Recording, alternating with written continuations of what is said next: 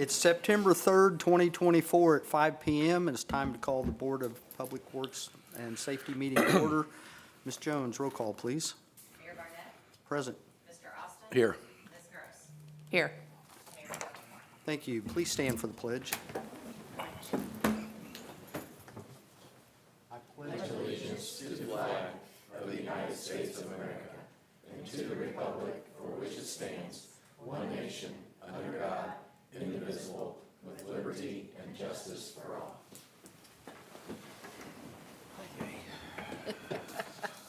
Okay, thank you.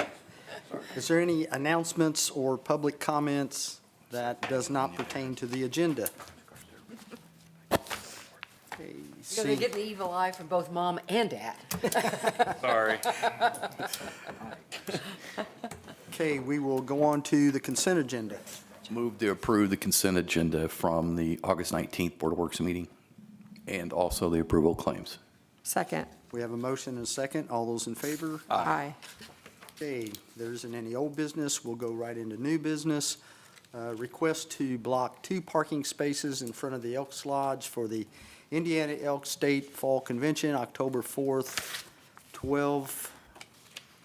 I lost my place there. I was looking up there. 12:01 a.m. through October the 6th at 1 a.m. Mr. Josh Prine. All right, thank you. So, yes, this year we have been selected to host the State Fall Convention for the Indiana Elks Association. We held this last year, and we had the 2 front spots in front of the lodge blocked off for, we have a shuttle bus that runs between here and the hotels on the interstate. That's how we were transporting people back and forth, so they don't have to worry about parking over here, and especially later in the evening with all the activities there. So we're just requesting that we have those 2 spots blocked off for that time, for those 2 days there. Okay, thank you, Josh. And it is, I don't know if a lot of people know this, but it is the biggest elks in the state of Indiana. We are the largest membership-wise. state, or largest lodge in the state. And we get a did lot not know of PR from people coming out of towns to attend that. Yep. Yeah, we'll have Conventions? probably about 150 to 200 people here for that event. Okay. All right. I'll move to approve the request to block 2 parking spaces in front of the lodge for the Indiana Elk State Fall Convention on October 4th from 12:01 a.m. through October 6th at 1 a.m. Second. We have a motion and a second. All those in favor? Aye. Thank you. Thank you, Josh. Thanks, Josh. Okay, next item, Franklin College request for street closures during football games on September 21st, September 28th, October 26th, November 2nd, and November 16th. Fire Chief Joshua Snyder. Thank you, Mayor. The college has been doing this for, I want to say, 6 or 7 years now. They're just asking for permission to close the street down. It's for the safety of the pedestrians walking back and forth. On September 28th, it is a little bit longer time frame, 10 a.m. to 6 p.m. because it is homecoming. Just asking the board's approval for, and they don't need anything from us. Their security takes care of putting out barricades, taking down barricades, and patrolling it, so. I'll move to approve Franklin College's request for street closures during the home football games on the September 21st, 28th, October 26th, November 2nd, and November 16th. Second. We have a motion and a second. All those in favor? Aye. Thank you, Chief. Okay, next item, request to reserve 2 parking spaces on Friday, September the 6th, from 3 p.m. to 9 p.m. for vendors during the first Friday Shop the Blocks Community Development Director, Krista Linke. This is a request on behalf of Main and Madison. They're located here at the corner of Main and Madison. And they are participating in the Shop the Blocks, which is this Friday from 4 p.m. to 8 p.m. And they're requesting 1 parking space on Madison and then another one on North Main Street for some vendors that they're having as part of that stay open late evening.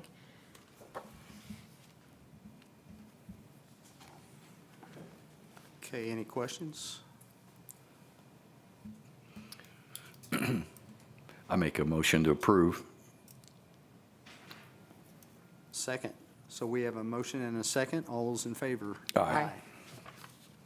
Okay, next item, request approval and execution of change order number 1 for the Community Parks Boys and Girls Club parking lot project. City Engineer Mark Richards. Thank you, Mayor. This is a final balancing change order for the project. There were 8 items that were adjusted based on actual quantities versus the bid quantities. There is a net increase of $20,276.32. That increases the authorized project amount or the contract amount to $415,502.30. The mayor has indicated that he would prefer to pay this out of Board of Works 400 series. The big thing in the, as far as increases on this, there were some undercuts that were required, mainly at the tennis courts, but there were also a few undercuts on the parking lot at the Boys and Girls Club. The total increase is about 4.8%, I believe. So it's well within the 20%. Okay, I'm glad you mentioned for the pickleball courts, because if you just look at it, I mean, knowing it's community park, what it says, but it sounds like that it's all for the boys and girls parking lot, and it wasn't all that. It was in both of those together, so it's. That's correct. Okay, thank you, Mark, for verifying that. I'll move to approve change order number 1 for the Community Park / Boys and Girls Club parking lot project. Second. We have a motion and a second. All those in favor? Aye. Okay, next item, approval and acceptance of subdivision maintenance bonds and secondary plat for I-65 South Commerce Park. Assistant City Engineer Matt McElroy. Thank you, Mayor. Please bear with me, I'm sick, so. Oh, Lord. They're done, Matt. Allergies. Okay. This request is on behalf of the Sunbeam Development Corporation. It's requesting approval and acceptance of subdivision maintenance bonds and the secondary plat for I-65 South. The first maintenance bond is bond number 108085536 for erosion control in the amount of $4,000, $593.36. Second maintenance bond is 108085537. That is for earthworks, storm sewers, swales, underdrains, sanitary sewers, and streets in the amount of $348,398.34. It's an easy one this time. Usually Yeah. Joanna has 12 or 13. Yeah, that's worked out well with my sickness right now, so. Okay, any questions? I have a question on this. So these are surety bonds, right? So if something goes wrong in their work, it's kind of like an insurance policy on their work, is that? Yeah. Correct. Okay. Yeah. These are at the front end, before the project is developed, we use the performance bonds. Okay. So they have to post bonds that they are going to perform what they've promised that they're going to perform. And then once it meets the inspection, because they also sign inspection agreements with the city goes out and inspects them, says, yeah, they're installed as required. And then you put in place, you release the performance bonds and put in place a maintenance bond to make sure they are maintained for a certain period of time that we require. And under our that time ordinances. frame is typically 3 years. Is it 3 years? Yeah. Yes. So that's why we release performance and then accept maintenance. Okay. So is it insurance for us? Yes, we can pull on the surety. So the surety, and we have done that, actually. We've done it a couple of times, where more often than not, it's a performance doesn't get done. Developer goes under. 2008 was a big time when we had a lot of projects that stalled because of the economy. We go out and finish the street, and we write the surety, pull that bond for the amount of what it takes us to either perform it or to maintain it. So if there is some kind of repair that needs to happen, do we give Sunbeam the option Yeah. of fixing it or using the bond? Yep, and if Okay. they fail to fix it in accordance with our requirements, then we can pull the bond. Perfect. Yeah, and we've done it before. Not with Sunbeam, but we have with other developers. So Okay. It's a really important part of the process. And developers don't want to pull the bond because that Yeah. messes them up for, future Yeah. bonds. Now, Okay. we have, also, and you probably recall this, we have, a few years ago, I think, Mark, I worked with you and Joanna to do it, we have also an alternate procedure available that they can post, you'll see them, letters of credit. Yeah. And those letters of credit do the same thing as a maintenance bond or performance bond. The reason that the city went that direction, and not all government entities do, is we found that generally, performance bonds and maintenance bonds are costs that simply get passed on, not so much in the commercial area, but in the private subdivisions. They just pass the cost of the bond on to the homeowner. Yeah. So if we could keep that cost down by not requiring a performance bond, but still have letters of credit that we could pull on if they fail to do what they're going to do, that was the reason that we kind of adopted that. So it Okay. comes in two kinds of forms. Yeah, I think the last meeting. Letters of I- credit. Yeah. Yeah, and that just means that we have secured from the financial institutions that that money is there and it will stay there until we authorize the release of it. So Okay. it's kind of a win-win. Thank you for that explanation. Happy to. I'm glad you asked. I'll move to approve the acceptance of subdivision maintenance bonds and secondary plat for I-65 South Commerce Park. Second. we have a motion and a second. All those in favor? Aye. Thank you. Thank you, Matt. There isn't any other business. We'll go into department reports, and Chip, we'll start with you this time. Two things. One is I did it, sorry. The next concert at the amphitheater is Friday the 13th, and it is going to be Hairbangers Ball, which is always a popular one. Yep. And just to let you know, the pool did close for the season yesterday. Yay. And I was joking at the department head meeting this morning. We did hit the record. I hit it at 5 o'clock on Sunday, so we just squeaked it by, but we did hit a record, so that's all I had. Thank you. Chief? Chief? Nothing, sir. Chief? Just like I said at the department head meeting this morning, we now have a third ambulance in the city through SEALS, Medic 21. They will be running out of Station 21 once the renovation is complete. And we're getting closer on the Oh, renovation. very close, so.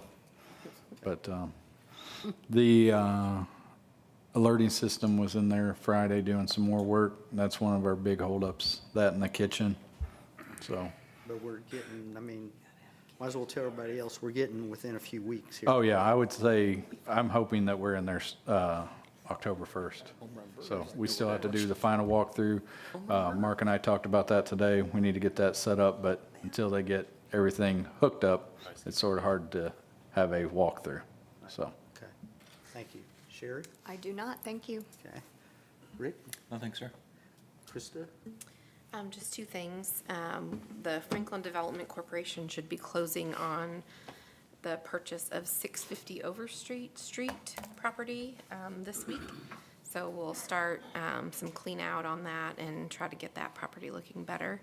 And then I had a request this afternoon from IOZOs at this is 351 East Jefferson Street, which the Franklin Development Corporation owns the building. They are needing to put some steel in to reinforce the second floor so that it can be occupied for people to eat there and drink there. And it needs to be reinforced with some scaffolding on the side of the building here. In order for them to do that work, they have to take the old joists out and put the new steel in. So they're requesting the use of the alley for that process, and they are hoping to have that scheduled for September 23rd to get the scaffolding up, and then the actual work would take place Tuesday, Wednesday, Thursday, September 24th, 5th, and 6th, so that sidewall can be braced so it doesn't fall off, which I would prefer it doesn't. So I've highlighted that area. They'll keep the east-west alley open, and the other half of the north-south alley will also be open. Okay, and then the other thing we discussed, they need to relay that message to the liquor store that's right there, and Yep. and here. they're responsible for signage and. You want them to put up the signage, or?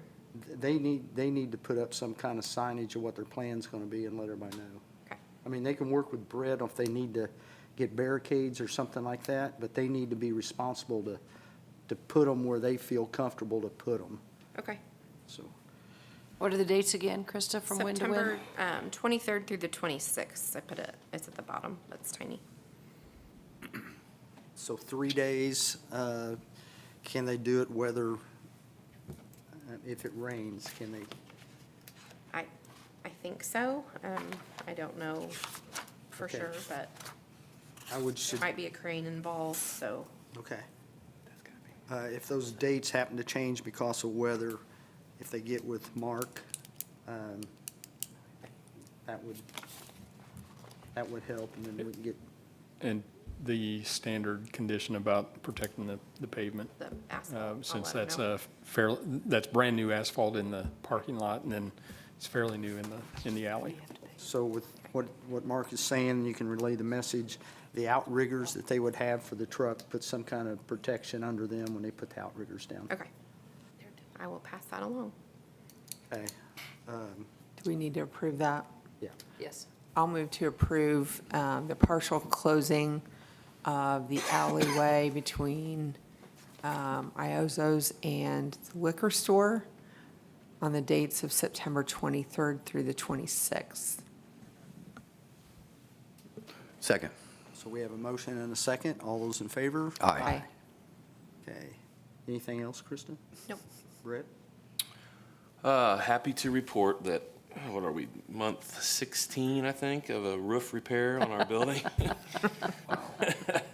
We are almost to the finish line. All right. We are one reinstallation, or hooking back up, I should say, the alarm system, and cutting about an 8-inch vent hole, and we will be done. So we, structurally, it is complete.